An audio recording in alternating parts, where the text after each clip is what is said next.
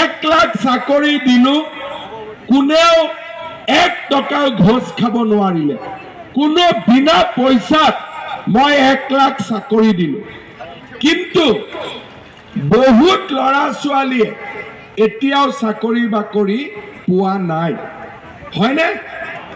সেইকাৰণে আজি মই ইয়াতে ঘোষণা কৰিছো যে মই 1 লাখ চাকৰি দিয়া হৈ গ'ল।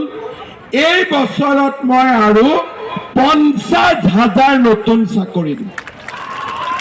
50,000 কামাণ্ডৰ পোষ্ট ওলাব, পুলিচৰ পোষ্ট ওলাব, 3rd গ্ৰেড 4th গ্ৰেড সবৰ পোষ্ট ওলাব। জুলাই মাহত পুলিচৰ দৌৰা হ'ব। জুলাই অলপ গৰম থাকিব, তথাপিতো তহঁতি দৌৰিব লাগিব। হ'ব হ'ব, পাৰিবি নাই? ৰেডি? ৰাতিপুৱা দৌৰি আছ? ঠিক আছে। জুলাই মাহত পুলিচৰ পোষ্ট আহিব, অলপ পোষ্ট বঢ়াই দিব কৈছে, অলপ বঢ়াই দিব। হ'ব। সেপ্টেম্বৰ অক্টোবৰ মাহত 3rd গ্ৰেড 4th গ্ৰেডৰ ইণ্টাৰভিউ হ'ব।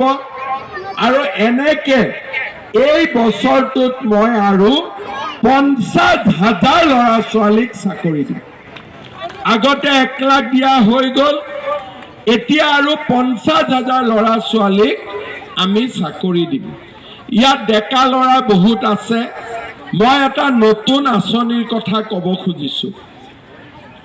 1 লাখ চাকৰি দিলো, আৰু 50,000 চাকৰি দিম। কিন্তু বহুত ল'ৰা ছোৱালী থাকি যাব, তাৰ পিছতো চাকৰি নাপাব, কাৰণ নিবনুৱাটো 10-12 লাখ আছে। এইবাৰ আমি কি কৰিছো, যিবিলাক ল'ৰা ছোৱালীয়ে চাকৰি নাপাব তেওঁলোকৰ কাৰণে আমি এটা আঁচনি আনিছো যে গভৰ্ণমেণ্টে, বেংকৰ লগত কথা নাই, গভৰ্ণমেণ্টে ডাইৰেক্টলি 2 লাখ টকা দিব বেহা বেপাৰ বা যিকোনো কাম কৰিবৰ কাৰণে। এই 2 লাখ টকাৰ গভৰ্ণমেণ্টক 1 লাখ টকা ঘূৰাই দিব লাগিব, 1 লাখ টকা ঘূৰাই দিব নালাগে। তাৰ মানে চাকৰি নোপোৱা ল'ৰা ছোৱালীয়েও ব্যৱসায় বাণিজ্য কৰিবৰ বাবে চৰকাৰৰ পৰা সুবিধা পাব। বুজি পালে চবে?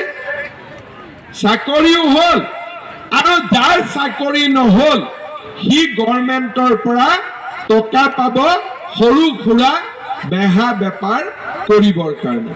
মাটিও মৰ্টগেজ দিব নালাগে, একো দিব নালাগে, গভৰ্ণমেণ্টে ডাইৰেক্টলি সহায় কৰিব।